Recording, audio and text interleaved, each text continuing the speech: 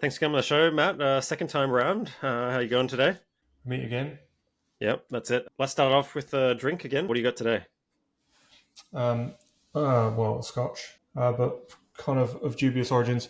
Michel Couvreur Candide Expression, distilled in Scotland, sherry cask, but aged in a French cave. Oh, there you go. Yeah. Oh, that's Uh, pretty good. so Very it's a nice. Scotch, but aged in Burgundy. It's pretty weird. Okay, and Like that makes it better, or it's definitely unusual. It's really got a lot going on. It's very fruity, it's very smoky. I love it. A lot of people don't. The label's on the corner, you can see, instead of on the front. It's sealed with wax. It's there's some theatricality to it, and I like that. I think it tastes recently? great. Some people don't, but I think it tastes great.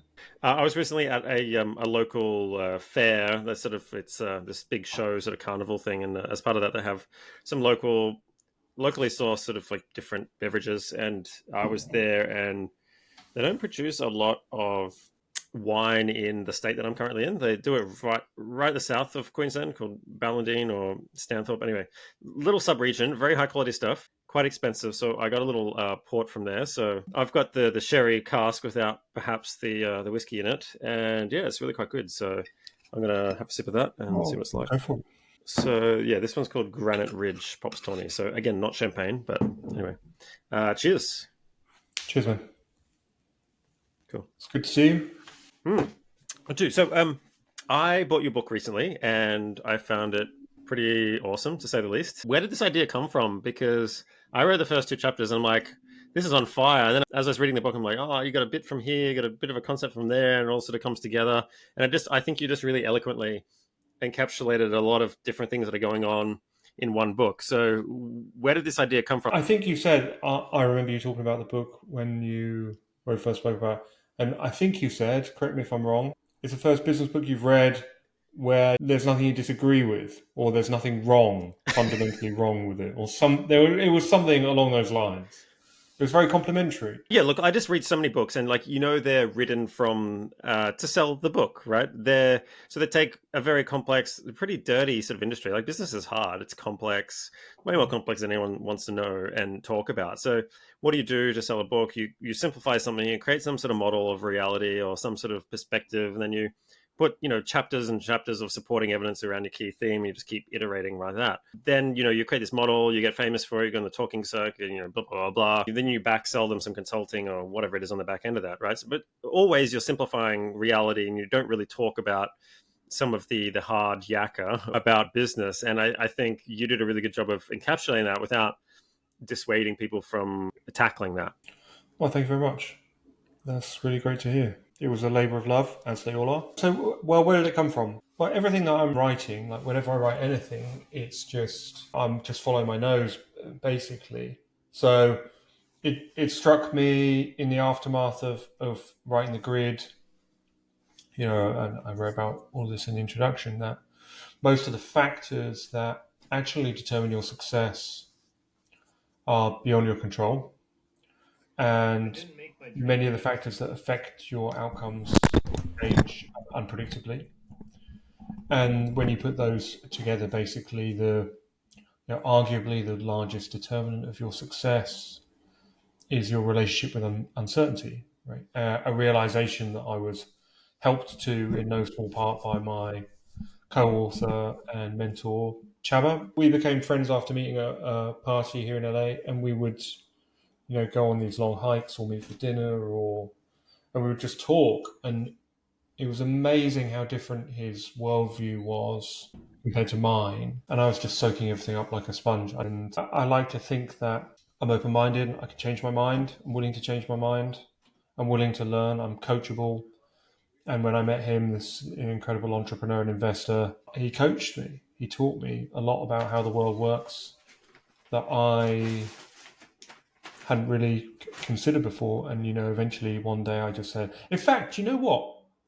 We were in Wally's when I had the conversation with him about writing the book, which is where you and I went for dinner when you were in LA, which is kind of a weird Oh, really? The coincidence. same place? Yeah, yeah, we're in the same place. So we're in Wally's, and I said, dude, if I don't know this stuff, and I've read I don't know, 500 books on this stuff, and I've written two, and I'm teaching on, or I'm on the visiting faculty of a prestigious business school, and so on and so forth.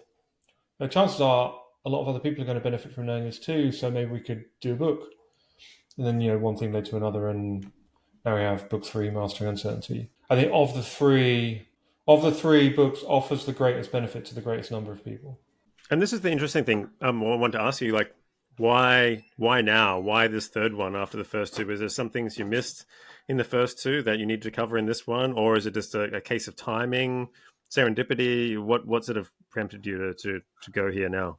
I think it was just that the idea took hold, and when an idea takes hold and you feel really strongly about it and you're excited about it, it kind of starts eating away at your brain, and you start ruminating on it, and then it kind of takes on a life of its own and generates its own momentum as a project, and then that's just the output of it. I love writing. I love the process of translating a vague idea into some tight, well-structured prose. I love the challenge of it. It's a real challenge. It doesn't get any easier. So like they say in cycling, like a professional cyclist isn't hurting any more or any less than an amateur. They're just going faster. It's the same with writing. Like if you're writing the third book, it's not any easier. It's just hopefully that the quality bar is hopefully a little bit higher because you're progressing, right? So yeah, I think writing's involuntary if I have an idea, and yeah, that's kind of how it came about. I just really, really, really strongly believed in the value of it, and of the value in the ideas in the book. So I was really eager to capture them and share them with the broadest possible audience, because to try and help people, basically. I mean, that's ultimately what it's about. For me, writing has always been about trying to share things that you've learned to help other people so that they can benefit from your knowledge. So on that note, can you give us a quick overview of what the book's about, your elevator pitch, and then why it's resonating with so many people? Because I noticed you've done lots of, off the back end of this, you've been invited to lots of talking gigs and people wanting to know where this came from and sort of elaborate on these things. It's gone sort of pretty popular. I saw some of your pictures on social media. So, like, what is it about and why is it resonating? Well, the book is called Mastering Uncertainty. It's in three parts. But the overall thesis is that your relationship with uncertainty is probably the single biggest determinant of your ability to succeed in business. And in fact, if you go even more macro than that, your relationship with uncertainty has profound implications for just about every single aspect of your life. From do I have the courage or balls to ask somebody on a date, to how do you manage your social network, to how you think about starting a business, or even if you have the courage to do it, leadership and management styles. All of these things are colored or shaped, sculpted in some way by your acknowledgement of or relationship with uncertainty, and that is not something that many people are consciously aware of. Like, I'm not sure that many people, if you said, like, what's the relationship with uncertainty, they'd have to stop and think, or what beliefs do you have, or how does uncertainty affect your decision making? I think a lot of people would either struggle to answer that, or they'd answer that in a very negative way, which I think is interesting. And also, the reason why I think you like these first two chapters, because they're talking about, current business thinking, or the history of strategy and the consulting profession, all of that, about how little consideration there is for the possibility that we don't know everything, or that things are unknowable, or that hindsight isn't foresight. I include those famous sayings like, we plan, God laughs. There's one from the military that, like, no plan survives first contact with the enemy. And these are as true in business as anything else.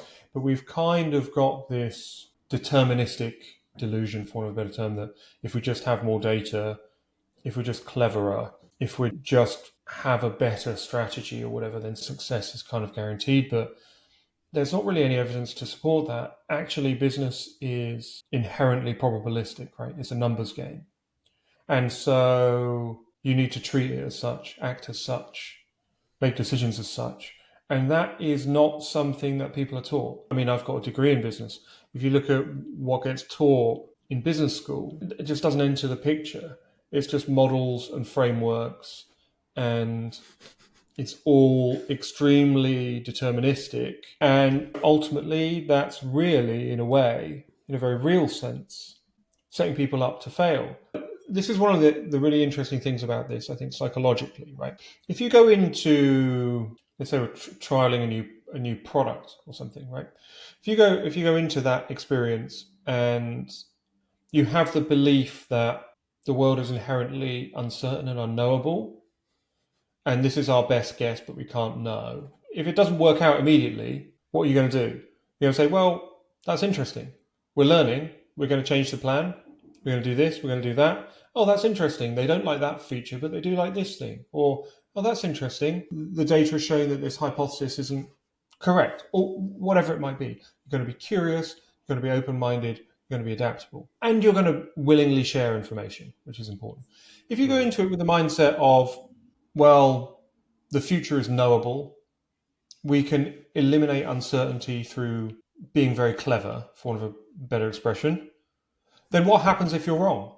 If you're wrong, it's not just the uncertainty in the environment. It's internalized as a kind of indictment of your capability, of your strategic insight, of your data gathering capabilities, whatever it might be. And so, of course, in that situation, your behavior is very different. You become very defensive. You don't share information widely. You stick to the plan even when the plan is demonstrably wrong. All of the things that we see all day, every day in companies all over the world that cause them to basically torch money and have a lot of offcuts and failures.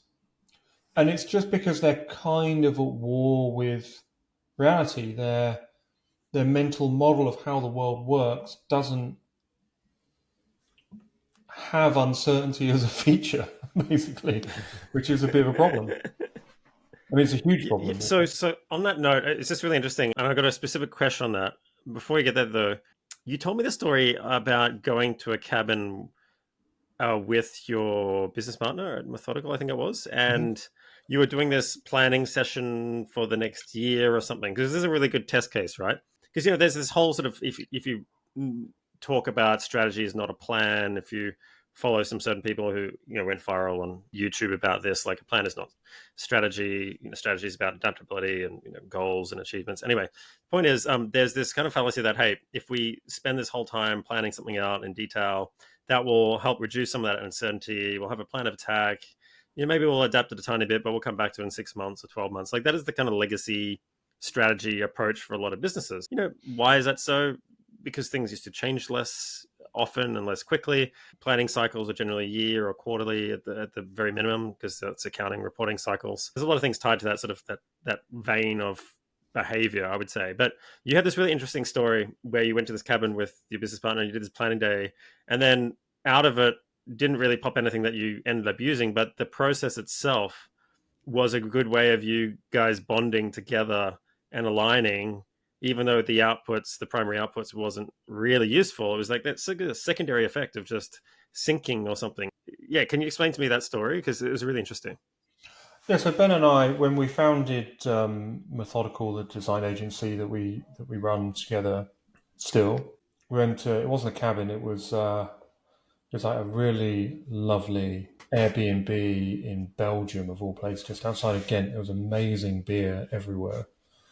And it was just far enough away from home, living in like England at the time, pretty much that. It felt it gave us a bit of distance and a bit of perspective. So we went there to try and kind of hatch our plan for what the business was going to do, how it was going to work, all of that, just kind of try and nut it out. And yeah, we changed everything ultimately, apart from the commitment to work together, which obviously we're still working together now, and the cost structure, which I think was a really important consideration, which is like we wanted to keep low fixed costs and have high variable costs so that we could scale up or down more easily, especially being a new business where you don't know how much demand there's going to be or what retention is going to be like. So that was a prudent decision, and it was a deliberate decision to try and keep fixed costs low. And we we literally changed everything. Like the name kind of changed, the proposition kind of changed. If we were to do it again, I actually thought about because we've grown the agency pretty well. Like, I mean, it makes seven Hmm. figures of revenue a year. So, and that's starting from scratch in a foreign country, in this case, America, which is hyper competitive. And that's an achievement to be proud of. But if I was to launch an new agency business tomorrow, I would not do it in the same way. Like the things that I thought were important and the things that I put a lot of effort and stuff into, I just wouldn't bother. Like I put all my energy into just getting out and selling and seeing what people buy and then going, oh, they bought that. That's a proposition. We can sell that. All of Yep. this shit that went into like developing a beautiful website. I probably wouldn't even bother. Just have a holding page. None Yep. of this shit is ultimately important, really. But you get so distracted I just kind of iterate my way forward, work out the pricing, work out what people want to buy, and then allow the value proposition to kind of coalesce over time, which is kind of what we ended up doing in reality. But Yep. you ain't going to make a lot of money from consulting if that's your approach to doing things, unfortunately. I like that because that's kind of like the startup method, I think, and that's kind of startups.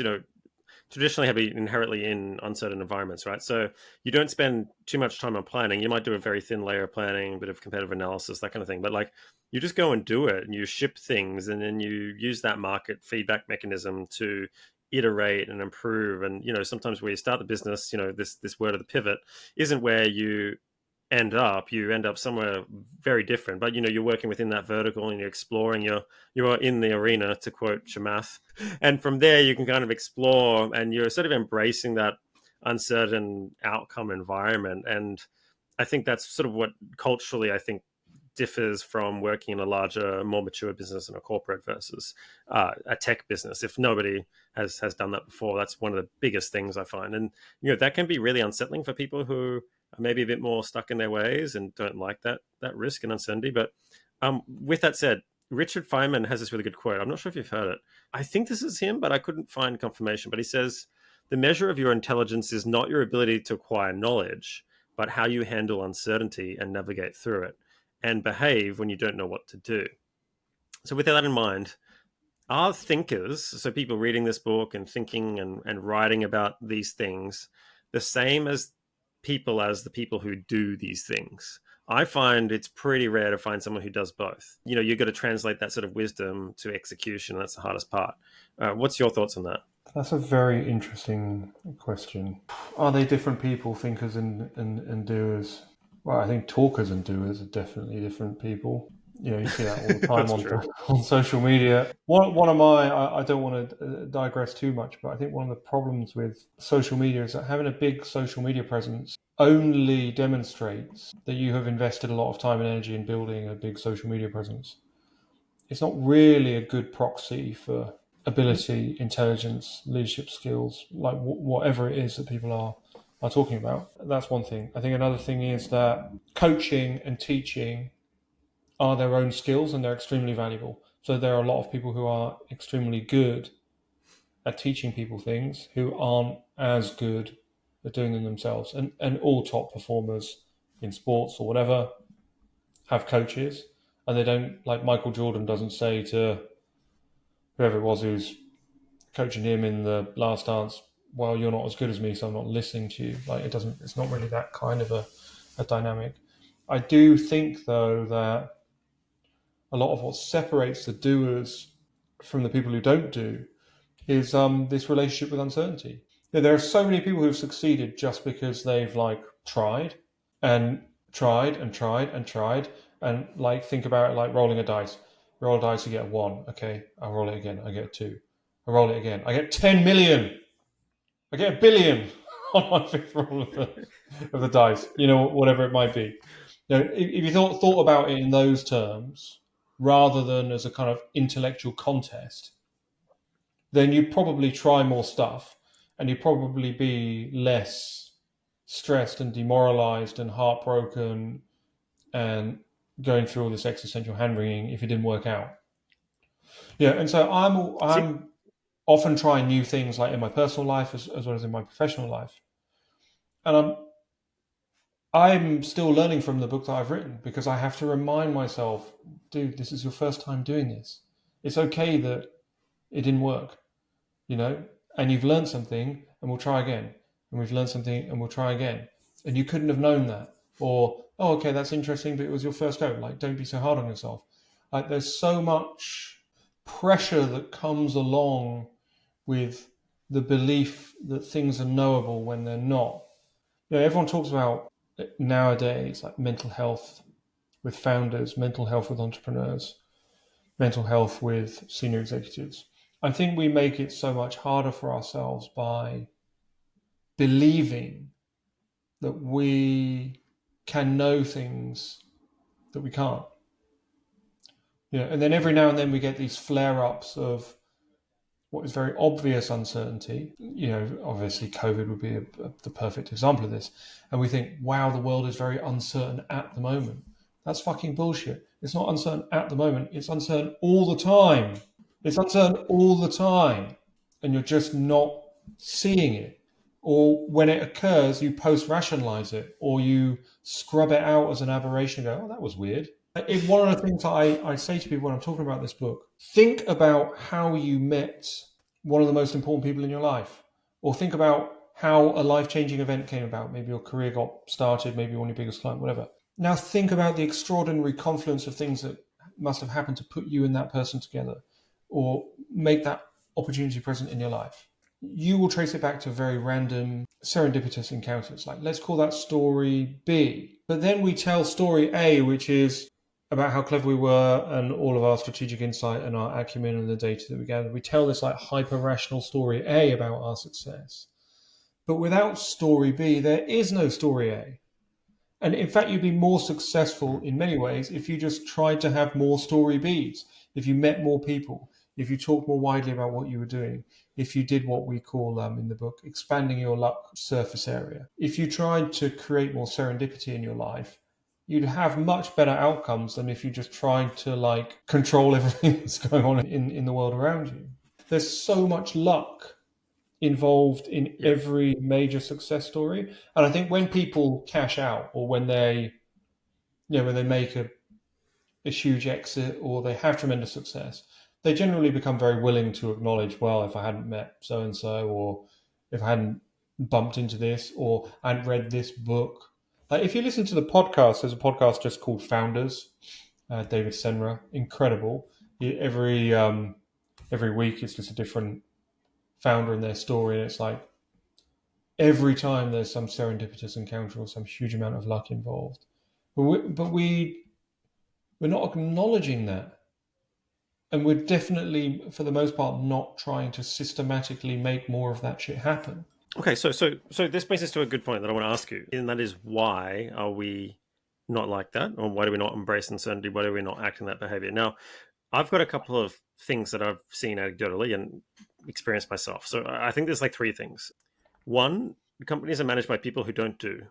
So to be a manager or to work up the political hierarchy within a firm, you're encouraged to delegate jobs and not be in the thick of doing and the inherent sort of political blowback that exposes you to. For example, if you're embracing uncertainty means failure. Failure is political kryptonite. No one wants to admit a lot of the time inside companies that something failed that they're in charge of. So what you do to limit that is you delegate jobs, and you create create working groups or external sort of vendors, agencies, or networks that you can kind of like put blame on, or externalize some of that unsuccessful opportunities. So number one, I think in organizations there is a disincentive to get involved in the doing. Therefore, if you're not involved in the doing, you don't see the benefit from it. You're not going to appreciate that as an advantage. Number two, I found that it's really hard to change people's ways of doing things in an organization. Like, Brandolini's law, you might as well not even try. So if there's like 50 years of this culture within an organization, it's so hard to snap them out of it. It's like almost impossible. So what do you think of that? Have you experienced something similar? What are your thoughts on like why we are like this in business? Yeah, I think both those points that you've made are very fascinating lines of inquiry, because if you were to talk about, your first point, politicking, deflection, huge committees, consensus-based decision-making, right? Mm-hmm. You only think those things are good if you think uncertainty is bad. So again, it comes back to your relationship with uncertainty, but uncertainty is good. Without uncertainty, there's no opportunity. Think about it. If the world was predictable, we'd have to be predictable too. And that would mean that you wouldn't have any free will. I think given the choice, Or outsized yeah, gains either. Like performance would just be all yeah, sort of pretty vanilla, wouldn't it? Like risk reward. yeah. The risk and reward like relationship that we see wouldn't exist. Uncertainty is actually the wellspring of all opportunity in the world. Because the fact that the future is unknown and unknowable means that we get to be able to play a role in shaping it. This is like a Hmm. fundamentally different attitude. I think that's part of it. I think another part of it is that we've got business education being predicated on a worldview that isn't correct. Right? If you look at the history of business education and by extension the kind of consulting profession, it's based on this view of business as being a science. It's based on this view of an organization effectively being a kind of elaborate clockwork machine that should work under Newtonian principles. Like everything is what like Walter Keachel, who wrote an amazing book, The Laws of Strategy, calls like greater Taylorism. All of this fixation on analytics and process and efficiency stems from the original ideas of scientific management, which were a fraud. It's well written about. The dude fucking made it up. It's well written about. I mean, you've read about it in the book. But, all these case Yes, it's studies, in the first. Bethlehem Steel, we did this, we did that. He made them up. It's not I think it's true. chapter 2, isn't it? Yeah, Taylor's Shadow. It's Yeah, in and then chapter everything two. stems off So, that. so, Yeah. we've got this kind of paradigm of business education, of the kind of organization as a clockwork machine and everything being a science, which isn't really true. Like you might have certain law-like principles within a very narrow domain of business. I know like you've got the Ehrenberg Bass principles, but they're not laws really. In fact, if you read How Brands Grow, he doesn't call them laws. He's very careful with his wording there. He says law-like principles. He doesn't like say this is like Ohm's law, or this is like F equals ma. He's not Hmm. he's not saying that it's an ironclad law. First of all, and even if you've got a well evidenced principle of marketing or human interaction or whatever, you can't just daisy chain all of those individual laws together to have a science of business because it doesn't work like that. And playing the game changes the rules.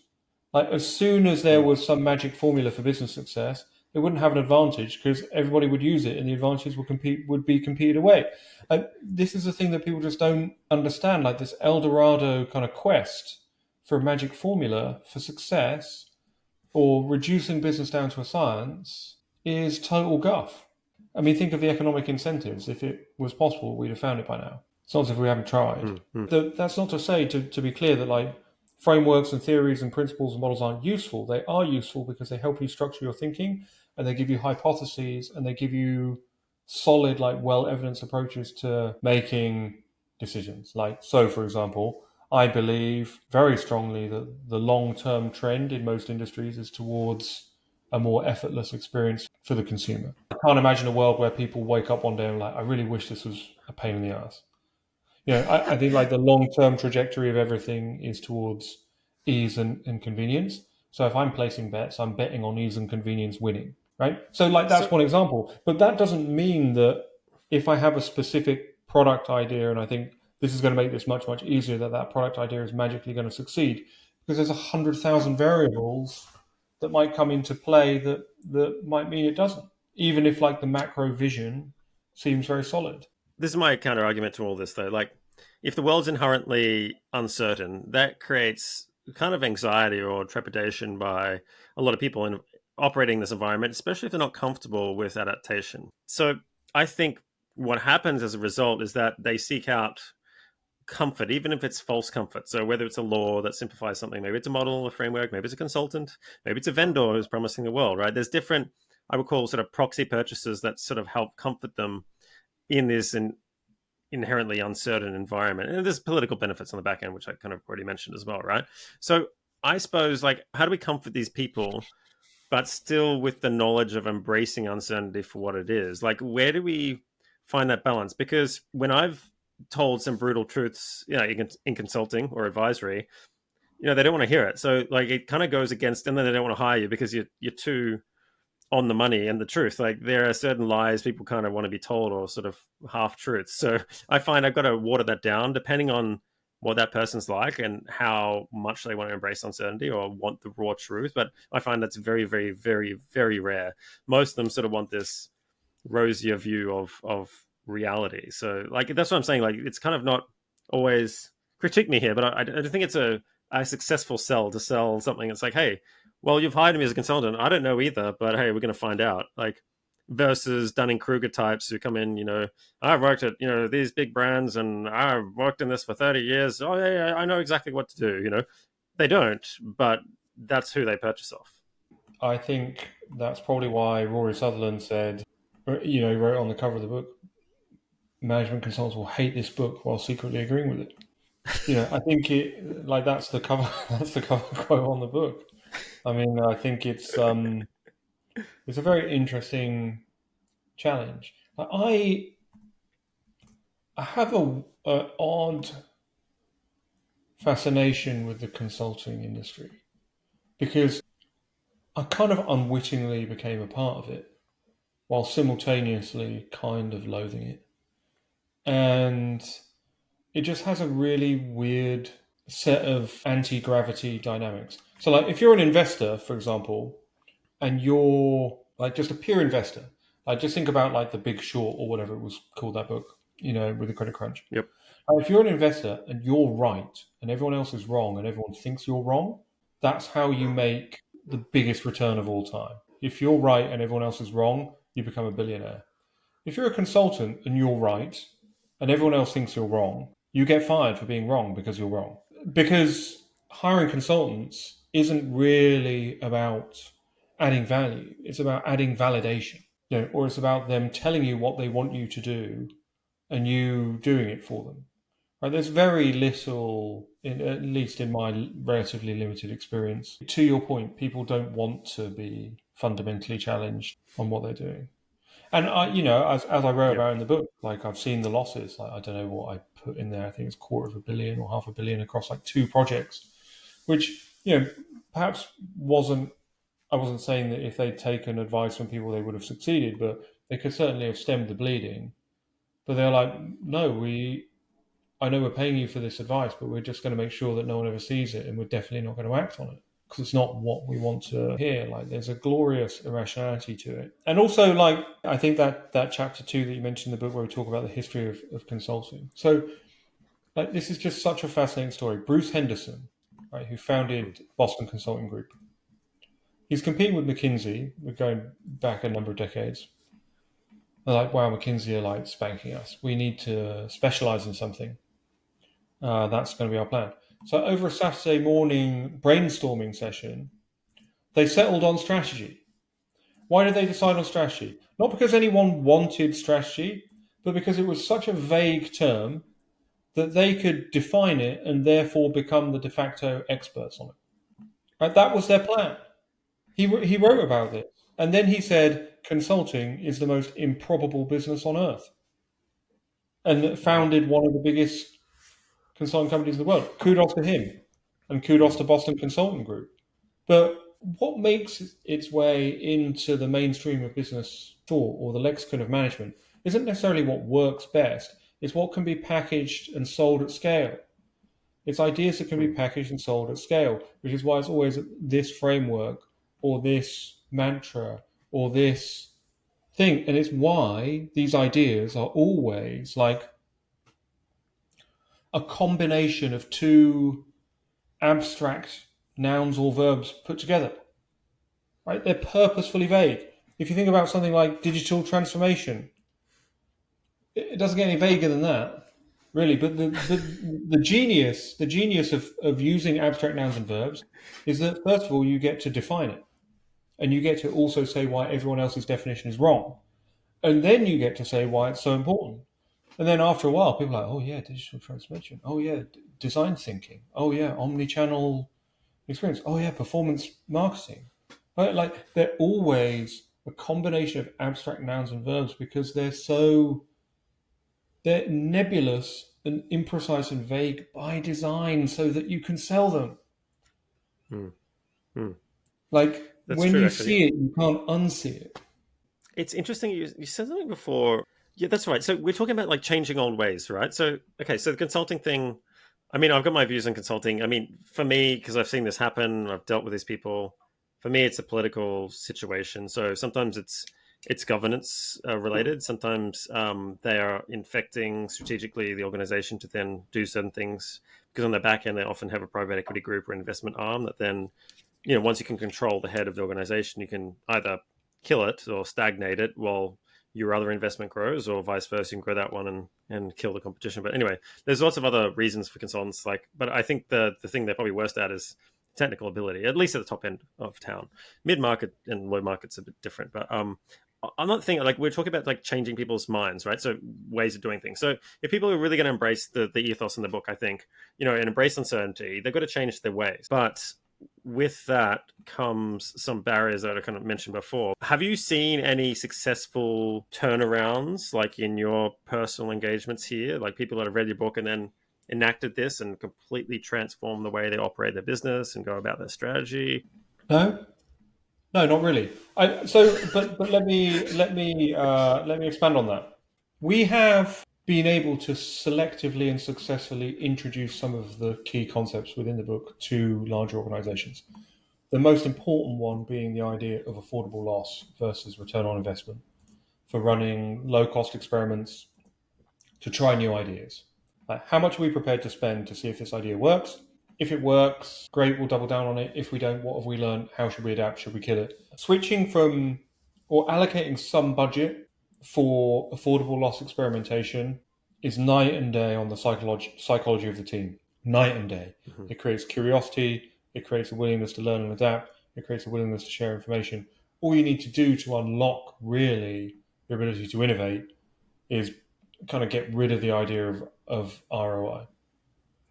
Right? Because a knowable ROI and an innovation are mutually exclusive for fairly obvious fucking reasons, right? Because an innovation, it entails risk and uncertainty.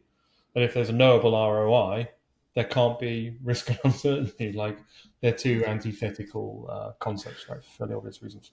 To provide another way of answering your question. So this is my third crack at a business book.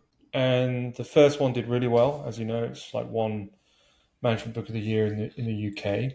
Like, everyone pretty much seemingly in customer experience has read it or heard of it or whatever. And I thought, like, in my naivety, well, people are going to read it and they're going to apply these principles, these 10 principles. And maybe a few people have. Some people have. But I would say the majority of people probably came away with a very diffuse sense that, oh, maybe, we should think a little bit about expectations. Or, oh, maybe there are good reasons to make this thing easier. Or, oh, maybe we should think about error prevention or cause of stress. And it might just sit in the background and occasionally, come up in a very kind of diffuse way, right? Not Mm. like I'm taking this like a fucking Haynes manual or an instruction manual or an IKEA manual. I'm going to build something using it, right? It doesn't really work like that.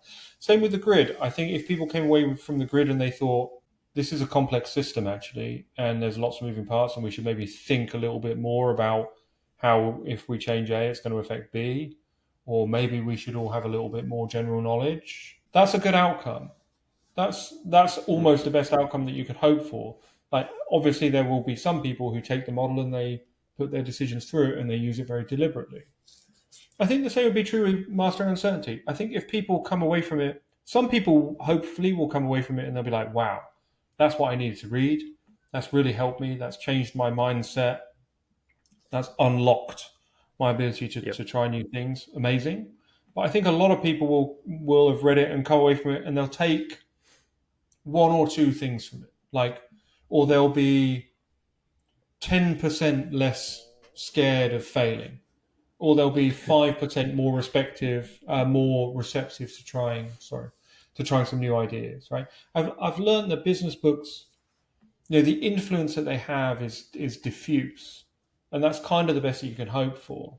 I'm with you though. There's also kind of a paradox, I think, in the business book writing game, which is that the people you most need to reach are the people who are least likely to pick the thing up. Yep. Right. Yep. So you're almost always preaching to the choir. Hmm. Like I know this because I've tried to get people from the customer experience profession to read How Brands Grow, and they're like, "Oh, this is a guy who thinks acquisition is more important than loyalty. I'm just not going to read it." So like you're always in the business book game preaching to the choir pretty much, which is kind of an oddity of it because the people who you really need to read it, who would benefit the most from it, are the people who are least likely to read it and benefit from it. Yeah. So it's kind of a paradox there. You have these two very interesting quotes in the book, and this relates to this term that gets thrown around a lot called data driven. And there's this kind of there's this quip that a lot of people in the tech scene like to use, like I'm data driven, because it sort of gives them, uh, I don't know, a bit more authority in terms of justifying the decision, or maybe reduces some of that inherent uncertainty. If I've got data behind us, then therefore my decision is more valid than somebody else's who doesn't have data. And you've got these two quotes, so I'm just going to compare them and read them out here. Okay, you've got this first one, which other people would have noticed already, from Jeff Bezos, right? And he goes, as the company grows, everything needs to scale, including the size of your failed experiments. If the size of your failures isn't growing, you're not going to be inventing at a size that can actually move the needle. Mm-hmm. Versus a passage on 47 where you go, we find ourselves in a strange situation where we employ the basic tenets of the scientific method, formulating and testing ideas or hypotheses through experimentation. The process itself does not necessarily yield a reliable body of scientific knowledge, a general Mm-hmm. collection of truths that can serve as the basis for predictable action in the future. So, my question to you is, should we be running lots of experiments and be data driven or not? What are your thoughts on this? Have you interviewed Robert van Ossenbruggen?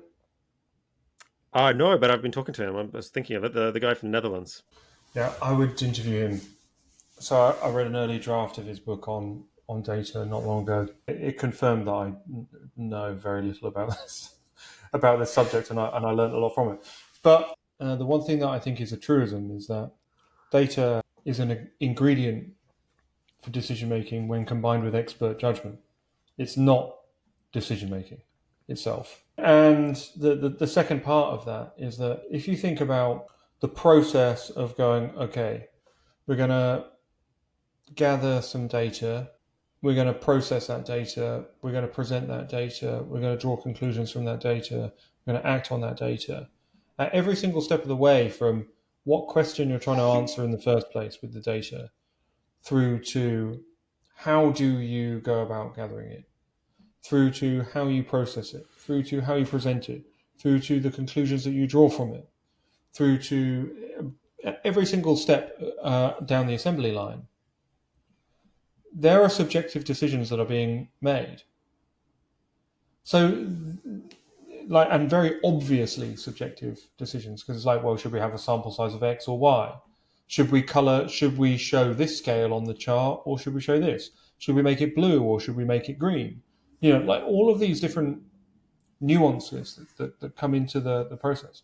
Like, are we aware of what normal looks like? One something that Robert's always talking about. Like, are we aware that almost everyone has a negative binomial distribution in their customer base? For example, like whatever it might be.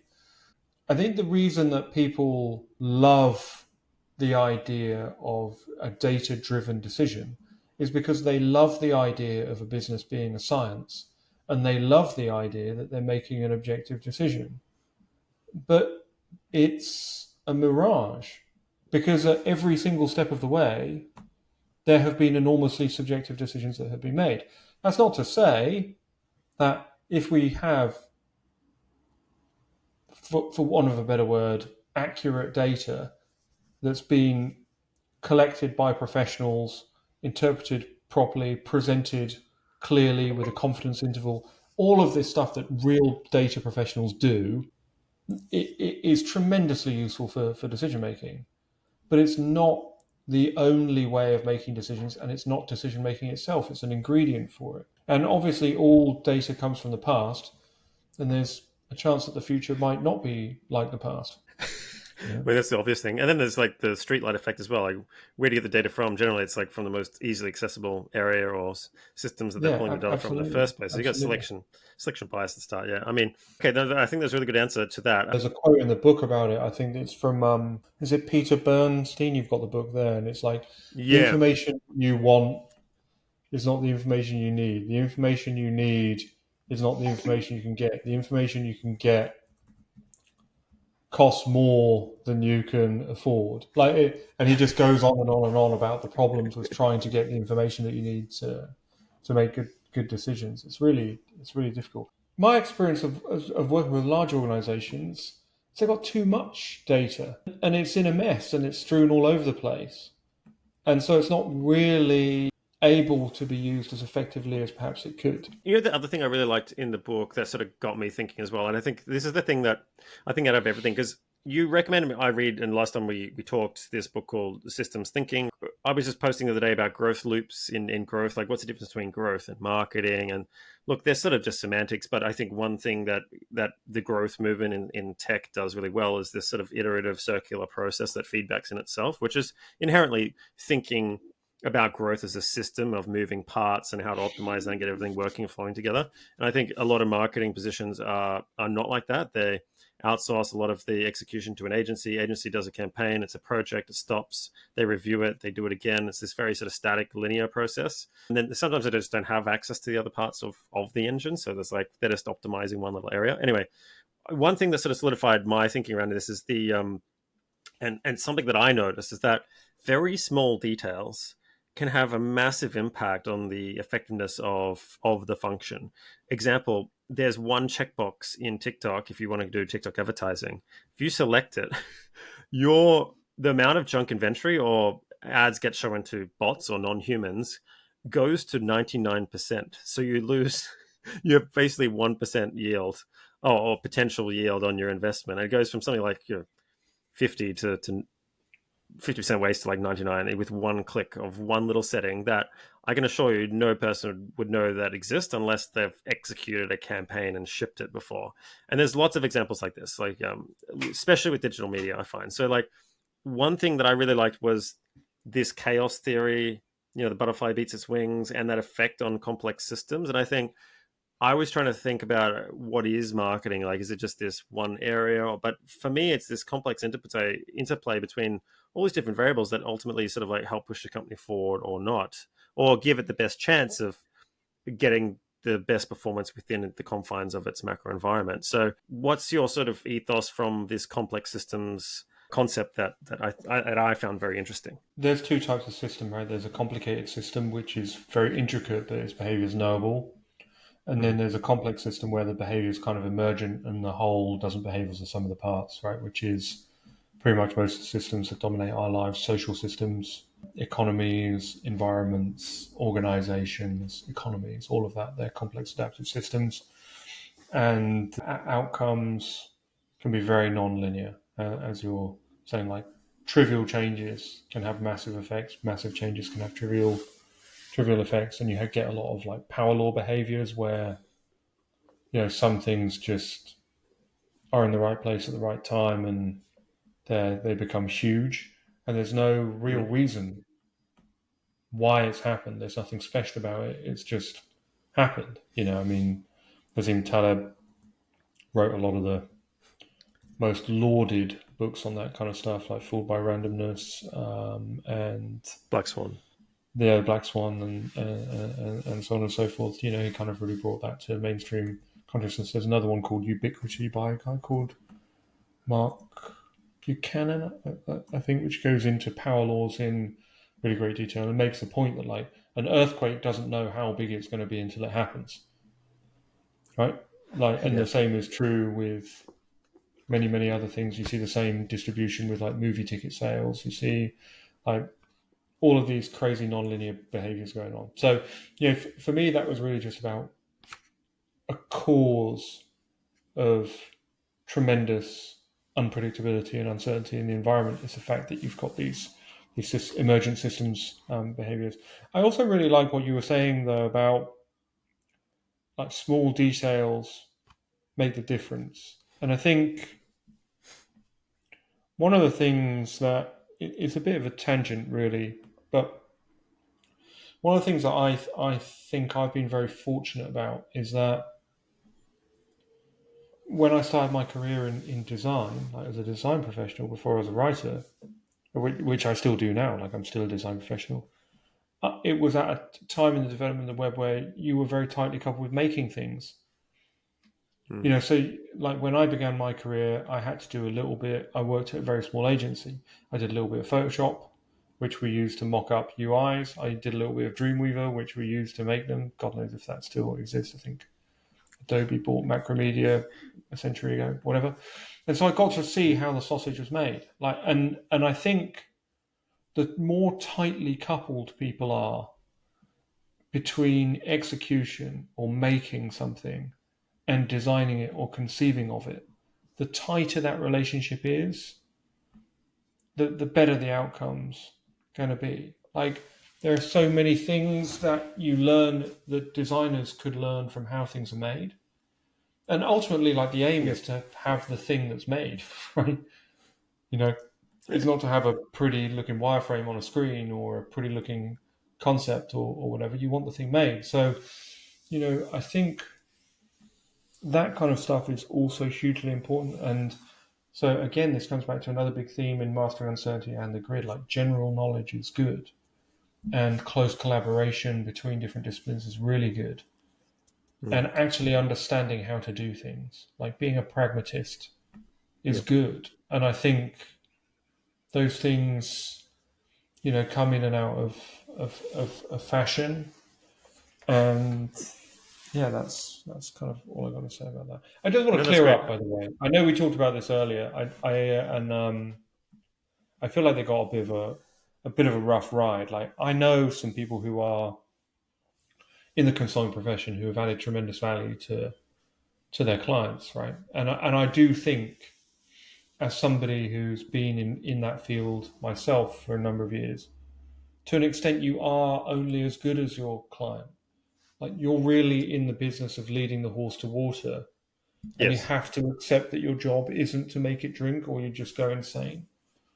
And I think I that's think. where personally I struggle with it, because I'm enormously emotionally involved in my work. Yeah.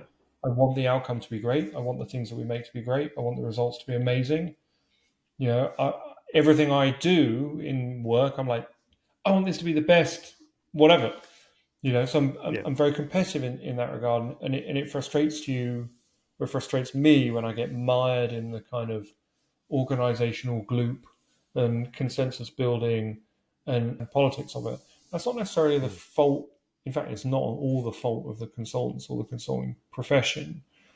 I do think that there are a lot of bad actors as well, or people who just like hand wave and buzzword and add very little value. But they're not all consultants. Some of those are on the, on the side of the fences as well. Like, Yeah. we've all And met people in all walks of life. So I don't yeah. think it's an inherent problem, but I do think that macro view, like big consulting, it's a machine that generates fads to sell, to make money, in the way that other companies create products and take them to market, like, the fucking iPhone or whatever. It's just that I think that our conception of what they're doing is different from what they're doing in reality, Mhm. and it might be good to be Yeah. And aware of it.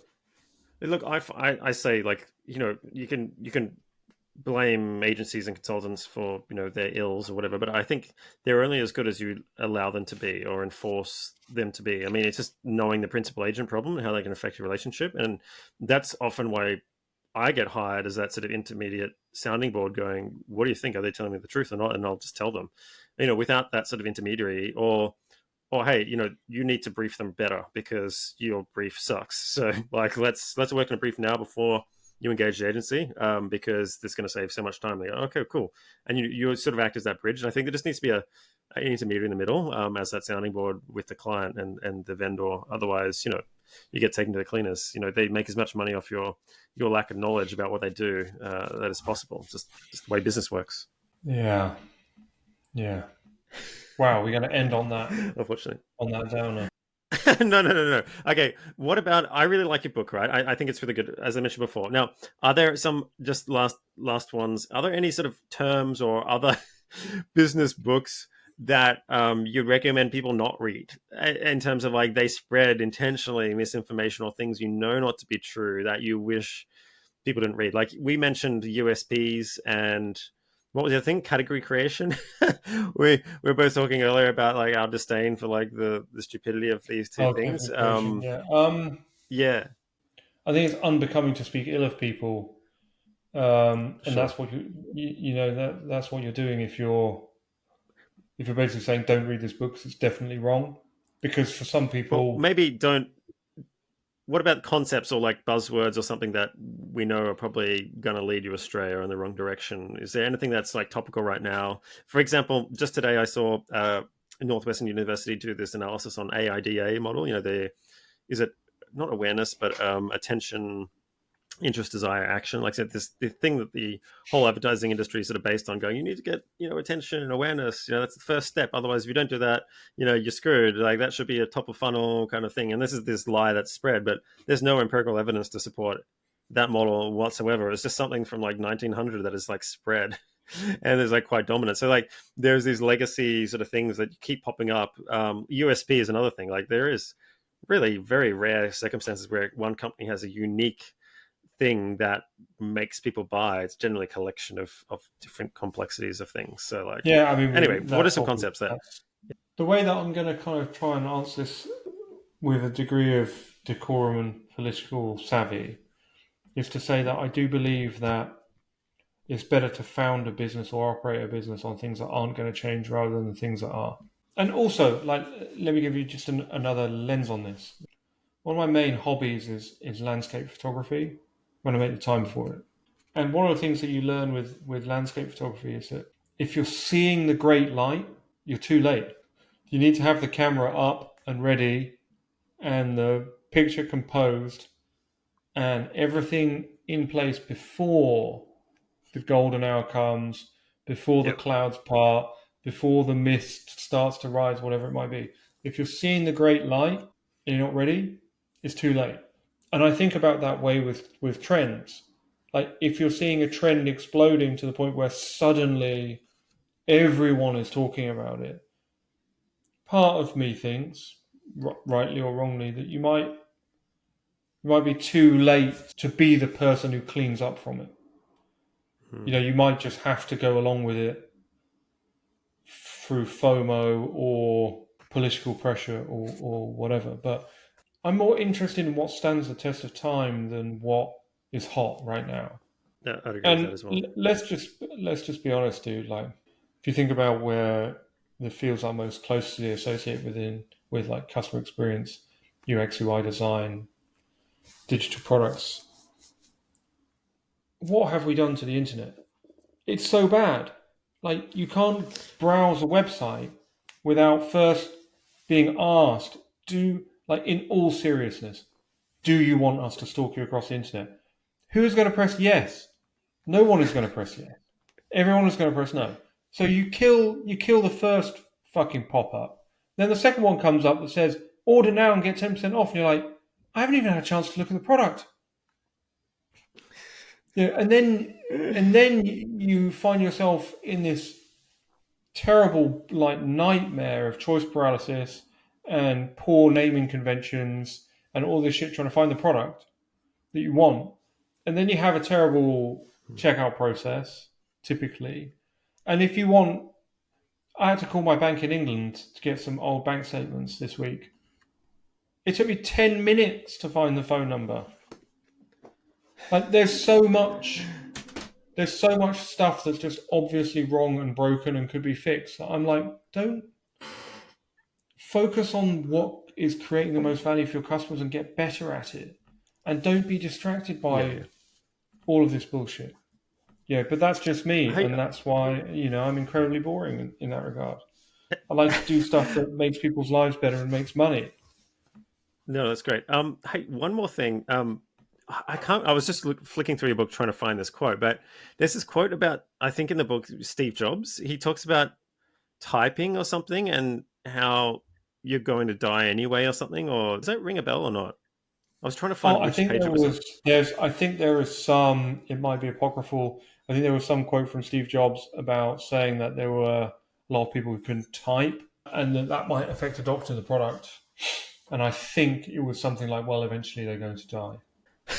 But I can't remember exactly what the quote was, or whether it's even true. But It's that's a so very, funny. talk about playing a long game. Yeah, I know, You right? Yeah, know, they're gonna die. He didn't imagine mince those his people words, just did won't. he? Those people won't Yeah. exist anymore, and then it's happy days. You know. That's innovation right there. It's like forced attrition. Insane, Oh, it's so funny. All right, insane well, stuff.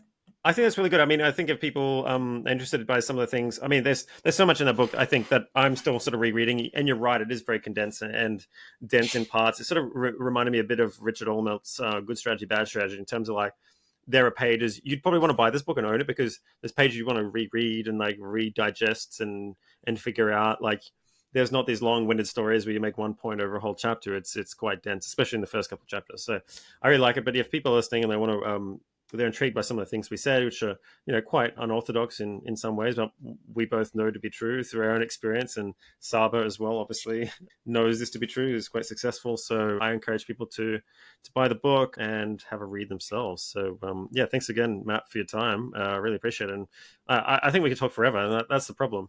Well, I'm really happy to see you again, dude, and hopefully in person again soon. And thank you for reading it. Thank you for buying it. Thank you for talking about it. And it's very hard writing books. So Hmm. it's very nice when people do take something from it or like it or write to you and say, I learned something from that or I appreciate that. So it doesn't Yep. go unnoticed. Thank you very much. And thank you for a little bit of airtime. And let's talk soon, bud.